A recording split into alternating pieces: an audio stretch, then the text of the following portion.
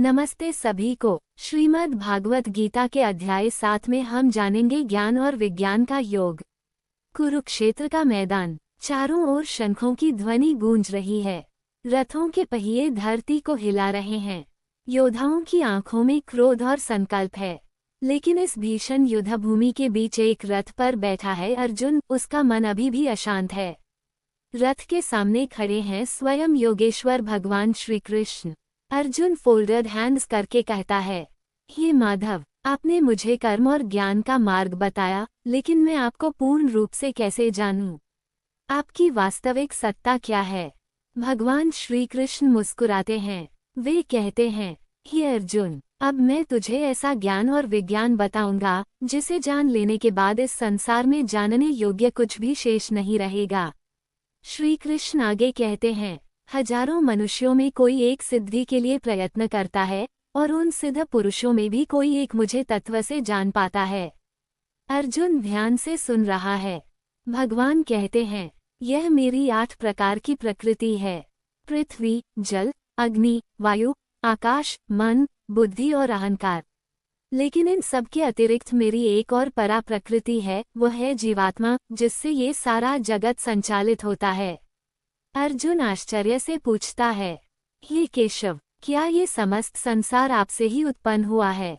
भगवान उत्तर देते हैं, हाँ पार्थ, मैं ही इस संपूर्ण जगत का कारण हूँ। सब कुछ मुझसे उत्पन्न होता है और अंत में मुझमें ही लीन हो जाता है। जैसे मोतियों की माला धागे में पिरोई होती है, वैसे ही यह समस्त संसार मुझमें स्थित है। श्री कृष्ण आगे कहते हैं, मैं जल में रस हूँ, सूर्य और चंद्रमा में प्रकाश हूँ। मैं वेदों में ओम हूँ, आकाश में शब्द हूँ और पुरुषों में पुरुषार्थ हूँ। अर्जुन का हृदय श्रद्धा से भर जाता है। भगवान कहते हैं, हे अर्जुन, ये संसार मेरी 3 गुणों वाली माया से बना है, सत्व, रज और तम।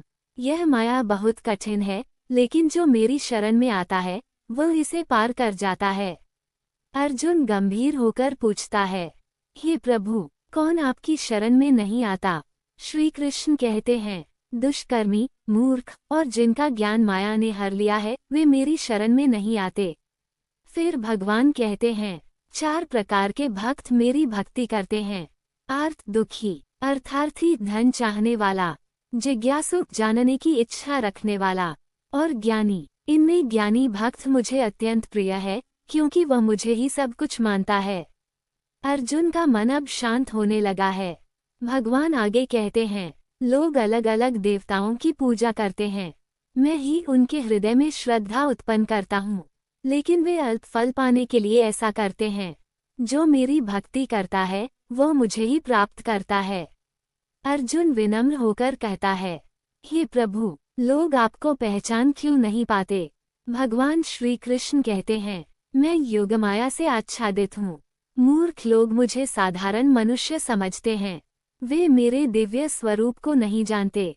मैं भूत, वर्तमान और भविष्य सब जानता हूँ, लेकिन कोई मुझे पूर्ण रूप से नहीं जानता।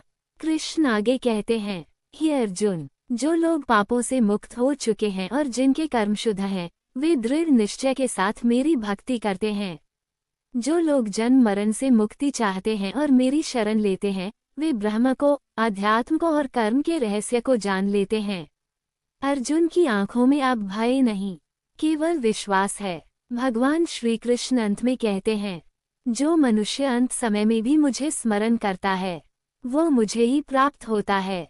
कुरुक्षेत्र की हवा अब अलग लग रही है। अर्जुन का मन स्थिर हो चुका है। वो समझ चुका है, भगवान केवल द्वारका के राजकुमार नहीं हैं, वे संपूर्ण सृष्टि के आधार हैं। अर्जुन धनुष उठाता है। उसके चेहरे पर अब भ्रम नहीं, केवल भक्ति और कर्तव्य का तेज है। और इस प्रकार अध्याय 7 ज्ञान विज्ञान योग हमें सिखाता है कि भगवान को जानना ही सबसे बड़ा ज्ञान है और उनकी शरण में जाना ही माया से मुक्ति का मार्ग है। हरि ओम।